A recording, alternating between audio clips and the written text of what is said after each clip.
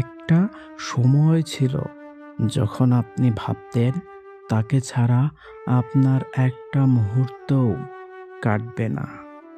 তার গলার স্বর না শুনলে আপনার দিন শুরু হতো না। আজ কত দিন, কত মাস, কত বছর কেটে গেল, পৃথিবী কিন্তু থেমে নেই। আপনি আজও বেঁচে আছেন, আজও নিঃশ্বাস নিচ্ছেন, কিন্তু বুকের ঠিক বাম পাশটায় যে চিনচিনে ব্যথাটা ছিল, সেটা কি আজ কমেছে? নাকি সেটা এখন একটা স্থায়ী পাথরের মতো চেপে বসে আছে? আমরা আসলে কাউকে ভুলে যাই না, আমরা শুধু তার অভাবটার সাথে অভ্যস্ত হয়ে যাই।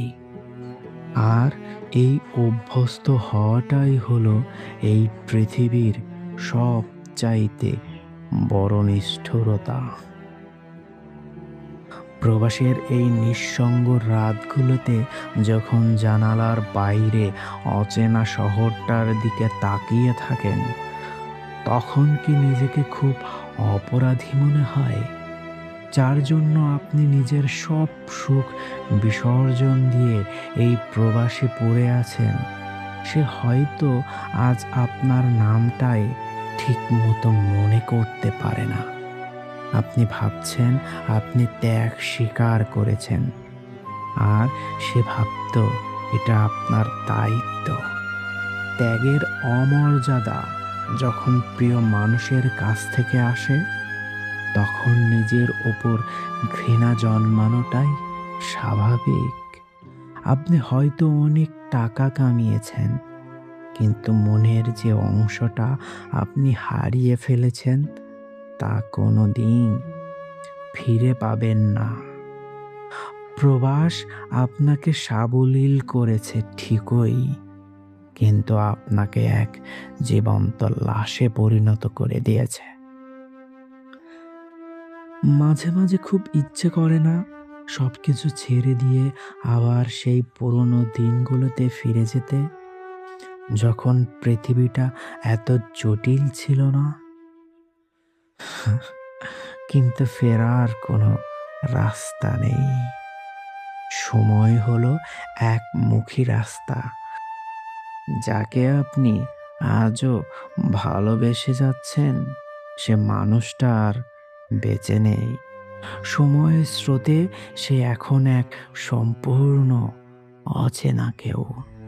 আপনি যার জন্য কাঁদছেন, সে আপনার স্মৃতির এক কাল্পনিক চরিত্র মাত্র। বাস্তব মানুষটা অনেক আগেই অন্য কারো মিছিলে সামিল হয়েছে।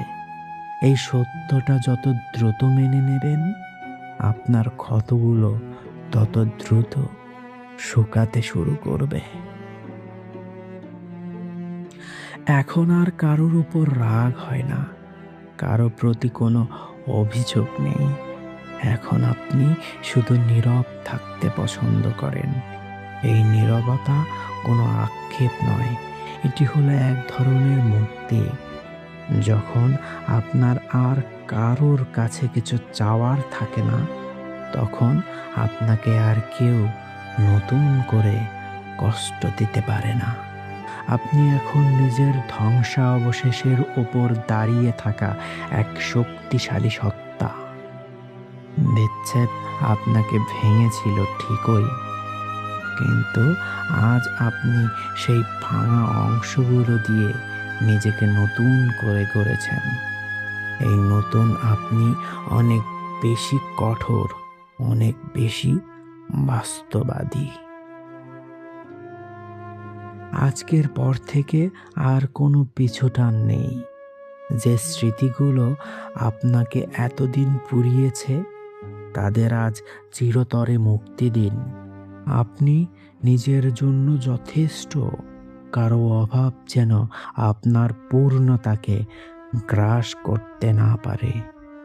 আমাদের এই যন্ত্রণার মহাকাব্য আজ এখানেই শেষ হোক। ভালো থেকো প্রিয় বেঈমান। আমার জীবনের শ্রেষ্ঠ ভুল হয়ে বিদায়।